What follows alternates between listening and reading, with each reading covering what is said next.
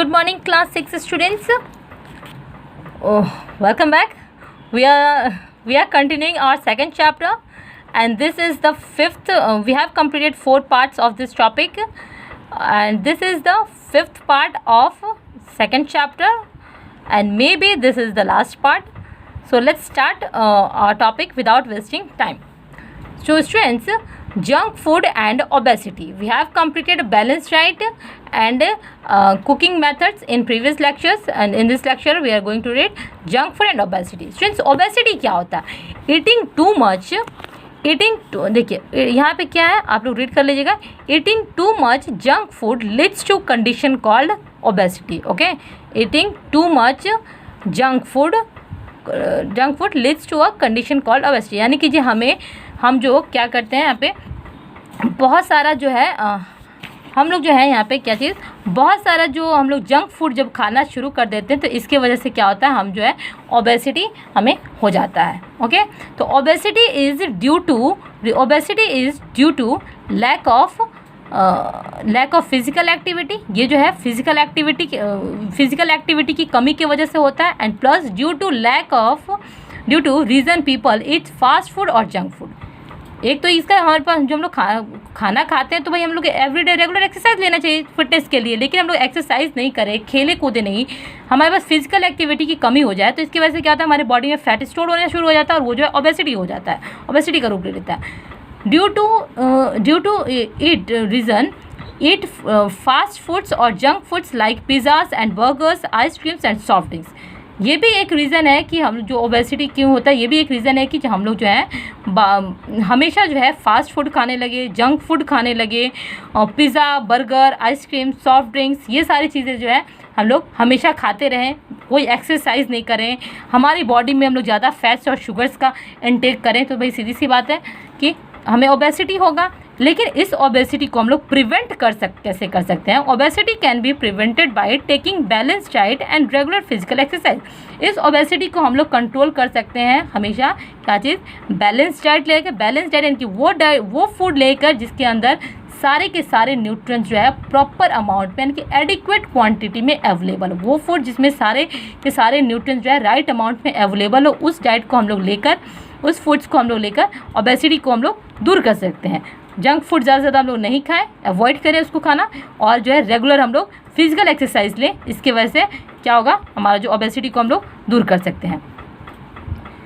It should be prevented, otherwise it may leads to malfunctioning of the body. और अगर हम लोग इसको प्रिवेंट नहीं करें, अगर इसको हम लोग नहीं रोकें तो क्या होगा, हमारा बॉडी जो है वो पूरी तरीके से काम करना ख़राब कर देगा. माल फंक्शनिंग ऑफ बॉडी यानी कि हमारा बॉडी जो है ख़राब हो जाएगा, राइट. और ये जो है हमारे बॉडी में बहुत सी बीमारियां होने लगेंगी. हार्ट रिलेटेड प्रॉब्लम यानी कि कार्डियोवैस्कुलर डिजीज़ यानी कि हार्ट रिलेटेड प्रॉब्लम्स हमें होने लगेगी. हमारे बॉडी में पूरा क्या ऑक्सीजन का सप्लाई अच्छे से नहीं हो पाएगा. हम लोगों ने पढ़ा था भाई हीमोग्लोबिन में आयरन होना चाहिए, आयरन की कमी मतलब हीमोग्लोबिन में, ब्लड में हीमोग्लोबिन की कमी नहीं हो, इसके लिए हमें मिनरल्स लेते हैं यानी कि हम ऑक्सीजन का सप्लाई जिसकी वजह से होता रहता है. अगर ओबेसिटी हो जाए तो क्या होगा कि अगर ओबेसिटी हो जाए तो ऑक्सीजन का सप्लाई हमारे बॉडी में अच्छे से नहीं हो पाएगा, ब्लड का सर्कुलेशन अच्छे से नहीं हो पाएगा, और ये जो है हार्ट रिलेटेड प्रॉब्लम होने लगेगा यानी कि कार्डियोवैस्कुलर डिजीज़ होने लगेगा. ठीक है, अब हम लोग बात करते हैं, तो ये हम लोग ओबेसिटी को कंप्लीट किया. अब बात करते हैं हम लोग डेफिशिएंसी डिजीज़ का. यानी कि स्टूडेंट्स, डेफिशिएंसी डिजीज़ क्या होता है? और diseases which occurs due to lack of particular nutrients in diet over a long period. वो डिजीजेस होने लगता है किसके, लैक ऑफ पर्टिकुलर यानी कि जो न्यूट्रिएंट्स जो है हमारे पास, carbohydrates, fats, vitamins, minerals, proteins, water, roughage, यानी कि ये अगर हमें इनमें से कोई एक न्यूट्रिएंट्स जो है किसी न्यूट्रिएंट्स की कमी हमेशा लंबे समय तक, मान लीजिए कि प्रोटीन की कमी हमारी बॉडी में लंबे समय तक होने लगे तो हम वही किसी बीमारी का शिकार हो जाएंगे. हमारी बॉडी में कार्बोहाइड्रेट्स की कमी लंबे समय तक हो जाए तो थोड़ा सा होगा, उसको फिर हम लोग खाने खाएंगे तो मेंटेन हो जाएगा, लेकिन लंबे समय तक अगर वैसा हो जाए तो हम लोग बीमार पड़ जाएंगे. फैट्स की कमी अगर हो जाए तो हम लोग बीमार पड़ जाएंगे. विटामिन की कमी लंबे समय तक 2 साल 3 साल 5 साल तक नहीं मिले हम लोगों को विटामिन सही मात्रा में, मिनरल्स हम लोग को नहीं मिले तो सीधे हमारा बॉडी जो सब खराब होना शुरू हो जाएगा, हमें जो है बीमारियों से ग्रस्त हो जाएंगे. राइट। तो इसलिए हमें समय में जो है बैलेंस डाइट लेना चाहिए, जिसकी वजह से हमें हमारे बॉडी को सारा का सारा न्यूट्रिएंट जो है वो प्रॉपर मात्रा में मिल सके। राइट।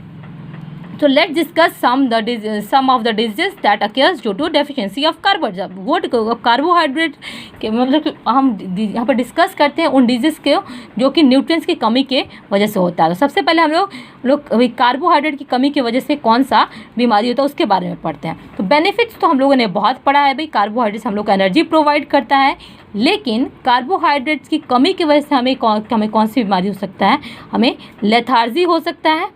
ओके, हमें लेथार्जी हो सकता है, लॉस ऑफ स्टेमिना हो सकता है, फीलिंग ऑफ टायर्डनेस, यानी कि हम लोग जो है हमारा काम करने के क्या एनर्जी प्रोवाइड हो रहा था हम लोग को, जिसकी वजह से हम लोग फटाफट काम करना शुरू हो जाते थे, लेकिन हम लोग को नहीं मिले तो हमें का आलस होने लगेगा, बिल्कुल हमारा बॉडी जो एक जगह पे बैठ नहीं जाएगा, हमारे बॉडी का स्टेमिना कम हो जाएगा और जो क्या होगा हम लोग हमेशा थके से महसूस करेंगे। सेकंड पॉइंट है हमारा डेफिशिएंसी ऑफ प्रोटीन की वजह से कौन सा डिजीज होता है। Disease due to deficiency of protein. Deficiency of protein की वजह से देखिए प्रोटीन के वजह से तो हमको हमारा बॉडी का ग्रोथ हो रहा था, हमारे मसल्स बिल्डअप हो रहा था, लेकिन उसकी कमी की वजह से हमें कौन सी बीमारी हो सकती है, उसकी कमी की वजह से हमें जो है 2 तरह की बीमारियाँ हो सकती है। कौन कौन सा क्वाशरकर एंड मरस्मस। क्वाशरकर और मरस्मस जो है ये 2 बीमारियां जो है प्रोटीन की कमी के वजह से हो सकती है। इसमें क्वाशरकर में क्या होता है, इसमें जो है it leads to disease, protein leads to disease kwashiorkor, deficiency of proteins leads to disease kwashiorkor and marasmus. ठीक है, leads to disease kwashiorkor and marasmus, ये 2 बीमारी हो सकती है। इसमें क्या होता है, रिटार्टेड ग्रोथ, यानी कि ग्रोथ जो है वो रुक जाता है। लोअर बॉडी वेट, हमारा जो बॉडी का वेट जो है वो कम होने लगता है, हमारा हेयर्स जो है वो रेडिश होना शुरू हो जाता है, और फिर क्या बोलते हैं स्वेलन एब्डोमन, यानी कि जो एब्डोमन जो होता है वो क्या होता है स्वेलन होने लगता है, यानी कि फूलने लगता है।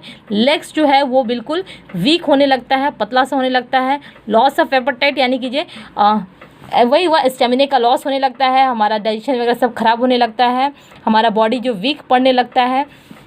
लॉस ऑफ एपेटाइट यानी कि इम्यूनिटी हमारा वीक पड़ जाता है। मेंटल रिटार्डनेस, और प्लस यही नहीं बल्कि मेंटली भी जो है वो फिट नहीं होते हैं, बल्कि मेंटली भी जो है वो अनबैलेंस हो जाते हैं। ठीक है, तो ये जो है कुछ कमी था किसकी वजह से, क्वाशरकर मतलब प्रोटीन की वजह से क्वाशरकर हो रहा था। ठीक है, और उसी तरह से मरस्मस के बारे में पढ़ते हैं। तो भाई इसमें भी क्या होता है, मरस्मस में भी जो होता है, मरस्मस चाइल्ड शोज द सिम्टम्स, यानी कि मरस्मस जो है इसमें क्या होता है प्रोटीन का, देखिए क्या लिखे पे, thus the disease marasmus is categorised under protein energy malnutrition, यानी कि जो क्या है पे प्रोटीन का जो एनर्जी ऑफ माल न्यूट्रिशन, यानी कि जो उसके क्या कमी हो जाता है बॉडी में, उसके कुपोषण के शिकार हो जाते हैं। प्रोटीन की कमी हो जाता है, कुपोषण के शिकार हो जाते हैं बच्चे। इसमें क्या होता है लॉस ऑफ एपेटाइट, यानी कि जो उसके बॉडी का जो इम्यूनिटी होता है वो डिक्रीज करने लगता है। Energy and lack of energy, poor muscles, यानी कि जो एनर्जी की कमी हो जाती है, उसके मसल्स जो होते हैं वो बहुत वीक होने लगते हैं, पुअर मसल्स का डेवलपमेंट, यानी कि उसका पुअर मसल्स डेवलपमेंट, यानी कि उसका मसल्स का जो ग्रोथ होता है वो बहुत ही ख़राब हो जाता है, डेवलप नहीं कर पाता अच्छे से। Slow pulse and breathing rates, यानी कि जो उसका पल्स रेट, यानी कि नर्व्स जो हम लोगों का धड़कन वगैरह चलती है सॉल्व होता है। ब्रीथिंग रेट्स, हम लोग को सांस लेते हैं, हमारा नर्व्स जो है पल्स रेट जो चलता है वो सब क्या बहुत ही स्लो होने लगता है। रिब्स लुक्स वेरी प्रोमिनेंट, यानी कि जो हमारी जो हड्डियाँ वगैरह जो है दिखता है, ये सारे रिब्स वगैरह ये सब जो है बहुत ही पतला दिखाई देने लगता है। लेग जो है वो बहुत ही वीक होने लगता है, बॉडी का ग्रोथ रुक जाता है। पुअर रेसिस्टेंट टू डिजीज, यानी कि वही हुआ क्या चीज़ लॉस, ये हमारा इम्यूनिटी जो है वो डिक्रीज करने लगता है। ठीक है, so intake of diet rich in carbohydrates and proteins में correct marasmus provided that treatment is not started too late, यानी कि इसलिए जो है कार्बोहाइड्रेट्स और प्रोटीन्स का जो है अगर सही मात्रा में हम लोग सही तरीके से हम लोग उसको अपने डाइट में शामिल करें तो मरस्मस को जो है का ट्रीटमेंट जो है वो बिना लेट किए हम लोग उसका ट्रीटमेंट कर सकते हैं, यानी कि बहुत ज़्यादा लेट करते हैं। ओके, अब हम लोग बात करते हैं disease due to deficiency of fats. Deficiency of fats का मतलब क्या हुआ, यहाँ पे देखिए फैट से हम लोगों के बारे में पढ़ रहे थे कि फैट जो है हमें एनर्जी प्रोवाइड कर रहा था।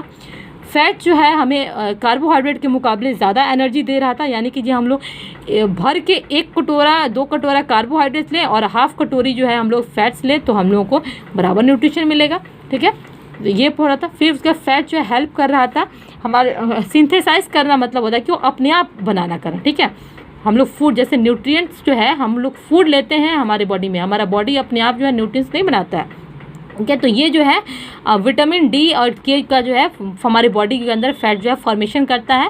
Fats also help in keeping the skin and hair soft, हमारा स्किन को और हेयर को सॉफ्ट बनाए रखता है। और सो और बॉडी, इसीलिए हमारे बॉडी को जो है वो स्मॉल अमाउंट ऑफ फैट्स चाहिए हमेशा, लेकिन जो है एक्सेस अमाउंट ऑफ अगर हम लोग लेकिन जो है मतलब कि अगर हम लोग ठीक है एक्सेस अमाउंट ऑफ हम लोग फैट्स लेंगे तो क्या होगा, ओबेसिटी के शिकार हो जाएंगे। लेकिन हम लोग कम अमाउंट ऑफ फैट लेंगे तो हमारा क्या हो जाएगा, यहाँ पे हमारा बॉडी जो है वीक होने लगेगा, बॉडी वीकनेस होने लगेगा और लॉस ऑफ स्टेमिना, और स्टेमिना जो है हम लोग का वो कम हो जाएगा। ठीक है। अब हम लोग बात करते हैं disease due to deficiency of vitamins. Vitamins की हम लोग बात करते हैं तो विटामिन्स की कमी की वजह से क्या होगा हमारे पास, ठीक है, विटामिन्स की कमी की वजह से क्या होगा, हमारा जो है बॉडी जो है वो अच्छे से फंक्शंस नहीं करेगा। हमारा बॉडी जो अच्छे से फंक्शंस नहीं करेगा, हमारा आई कमज़ोर पड़ जाएगा, हमारे हेयर्स कमज़ोर पड़ जाएंगे, हमारे स्किन कमज़ोर पड़ जाएंगे, हम लोग को बीमारियाँ होने लगेंगी, लाइक बेरी होने लगेगा, स्किन डिजीज़ होने लगेगा, हमारा ग्रोथ रुक जाएगा, हमारा हमें नाइट ब्लाइंडनेस हो जाएगा, हमारा विजन सही से नहीं देगा, हमें इनेमिया के हम शिकार हो जाएंगे, हमें स्कर्वी हो जाएगा, रिकेट्स यानी कि हमारे बोन्स जो है वो जो है वो